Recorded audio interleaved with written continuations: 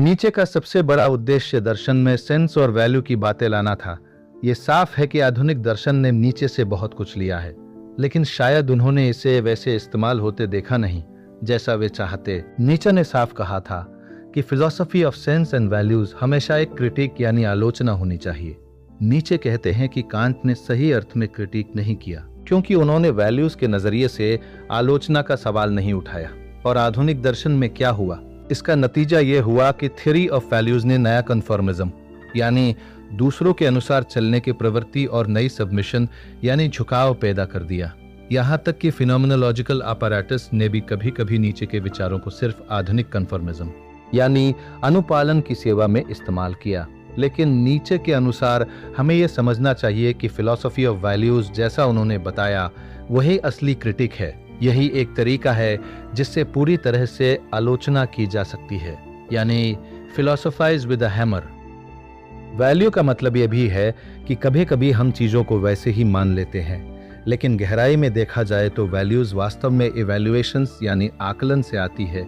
मतलब कोई चीज तब ही मूल्यवान होती है जब हम उसे किसी नजरिए से देखते और आंकते हैं। इसलिए क्रिटिक का असली सवाल यह है कि वैल्यूज की वैल्यू क्या है और वे किस आकलन से बनती है। इवैल्यूएशन यानी आकलन ही वे तत्व है जो वैल्यूज को पैदा करता है, और यह एक साथ क्रिटिकल और क्रिएटिव होता है। असल में इवैल्यूएशंस खुद वैल्यूज नहीं है, ये हमारे वेज ऑफ बीइंग यानी हमारे जीवन जीने के तरीके हैं जिनसे हम चीजों का आकलन करते हैं। इसी वजह से हमारे पास वही बिलीव्स, फीलिंग्स और थॉट्स होते हैं जो हमारे वे ऑफ बीइंग या स्टाइल ऑफ लाइफ के अनुसार सही बैठते हैं। कुछ चीजें केवल कहीं महसूस या कंसीव्ड की जा सकती है, कुछ वैल्यूज केवल उसी शर्त पर अपनाई जा सकती है जब उनका आधार बेस इवैल्यूएशन यानी नीच स्तर का आकलन और बेस लिविंग एंड थिंकिंग यानी जीवन और सोच हो। यही सबसे महत्वपूर्ण बिंदु है। हाई और लो, नोबल और बेस स्वयं वैल्यूज नहीं है, ये केवल वो डिफरेंशियल एलिमेंट है जिससे वैल्यूज की वैल्यू उत्पन्न होती है। क्रिटिकल फिलॉसफी में दो अनिवार्य पहलू है, सभी चीजों और किसी भी ओरिजिन को वैल्यूज से जोड़कर देखना, इन वैल्यूज को उस चीज से जोड़कर देखना जो उनकी ओरिजिन जैसी है और उनकी वैल्यू निर्धारित करती है। नीचे की दोहरी जद्दोजहद यही है, उन लोगों के खिलाफ जो वैल्यूज को क्रिटिसिज्म से अलग कर देते हैं और केवल मौजूद वैल्यूज की इन्वेंट्री बनाते हैं या एस्टैब्लिश्ड वैल्यूज के नाम पर चीजों की आलोचना करते हैं, जैसे कांट और शोपेनहावर। और उन लोगों के खिलाफ जो वैल्यूज की आलोचना या सम्मान करते हैं लेकिन उन्हें केवल सिंपल फैक्ट्स या ऑब्जेक्टिव फैक्ट्स से निकालते हैं, जैसे यूटिलिटेरियंस और स्कॉलर्स। इन दोनों ही मामलों में दर्शन शास्त्र केवल इस सोच में काम करता है कि वैल्यू इन इटसेल्फ यानी किसी चीज की अपने आप में मूल्य या वैल्यू फॉर ऑल यानी सभी के लिए मूल्य।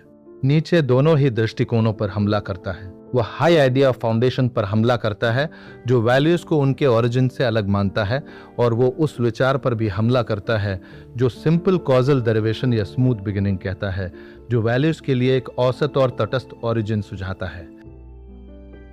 हेसियड इसी प्रकार का दार्शनिक था। नीचे ने कांटियन यूनिवर्सलिटी प्रिंसिपल और यूटिलिटेरियन रिजेम्बलेंस प्रिंसिपल के बजाय पाथोस ऑफ डिफरेंस और डिस्टेंस यानी अंतर और दूरी की भावना को रखा। उन्होंने कहा, It was from the height of this pathos of distance that they first seized the right to create values and to coin names for them. जीनियालॉजी का मतलब है ओरिजिन की वैल्यू और वैल्यूज का ओरिजिन दोनों। यह एब्सोल्यूट वैल्यूज के खिलाफ है और साथ ही रिलेटिव या यूटिलिटेरियन वैल्यूज के खिलाफ भी। जीनियालॉजी ये बताती है कि वैल्यूज में वो डिफरेंशियल एलिमेंट क्या है जिससे उनकी अपनी वैल्यू उत्पन्न होती है। इसलिए जीनियालॉजी का मतलब केवल ओरिजिन या जन्म ही नहीं, बल्कि ओरिजिन में अंतर या दूरी भी है। जीनियालॉजी का मतलब है नोबिलिटी और बेसनेस, नोबिलिटी और डेकेडेंस यानी मूल में महान और नीच का अंतर, नोबल और वल्गर, हाई और लो। यही सच में जीनियोलॉजिकल और क्रिटिकल एलिमेंट है। इस तरह समझा जाए तो क्रिटिक यानी आलोचना भी अपने सबसे पॉजिटिव रूप में होती है। डिफरेंशियल एलिमेंट एक तरफ वैल्यूज की वैल्यू की आलोचना करता है और दूसरी तरफ सृजन का सकारात्मक तत्व भी होता है। इसलिए नीचे के अनुसार क्रिटिक कभी रिएक्शन यानी प्रतिक्रिया नहीं होती, बल्कि ये हमेशा एक्शन यानी क्रियात्मक होती है। नीचे क्रिटिक की सक्रियता की तुलना रिवेंज, ग्रज या रेसेंटिमेंट से करता है। यह उस वे ऑफ बीइंग की प्राकृतिक आक्रामकता है जिसमें डिवाइन विकेडनेस भी शामिल है।